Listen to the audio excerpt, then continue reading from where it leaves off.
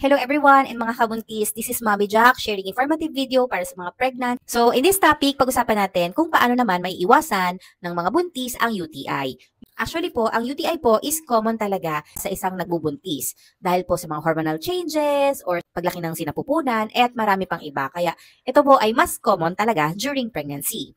So paano naman natin may iwasan ang UTI kapag ikaw ay buntis para hindi po tayo kailangan uminom ng mga antibiotic at hindi po tayo pasukan ng bakterya. Kasi syempre, delikado rin po ito habang tayo nagbubuntis, especially to our babies. Number 1, and talagang ito ang pinaka most common way para maiwasan ng UTI is to drink 8 glasses or more water a day. Yan. Kapag buntis po, 8 or more po talaga dapat ang pag-inom ng tubig para po ma-wash talaga ang mga bakterya na pumapasok sa atin. Number 2, huwag kang magpigil ng ihi. Kapag ikaw ay naiihi, umihi ka. I-flush mo ang mga bakterya na yan or dumi sa iyong katawan, gaya ng ihi, para po hindi ka po magkaroon ng UTI. Siyempre, kailangan maghugas after umihi.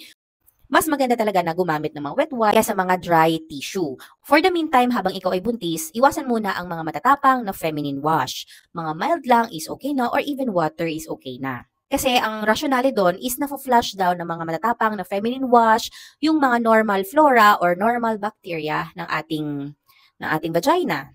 Number 5, use cotton underwear. Iwasan muna yung mga seamless o yung mga parang plastic type or parang rubber type na panty. Doon po muna tayo sa mga cotton. And usually talaga, ang mga ina-advise ng OB sa mga babae is use cotton underwear. Kasi mas mataas ang tsansa na mag-moist kapag gumagamit tayo ng plastic or rubber underwear kasi sa mga cotton. Kasi ang cotton, na-absorb nito ang pawis. So kapag moist environment kasi, mas mataas ang chance ng accumulation ng bacteria. For the meantime, avoid tight short or tight pants para hindi din magkaroon ng moisture. So doon muna tayo sa fresh, comfy, and maluwag na suot.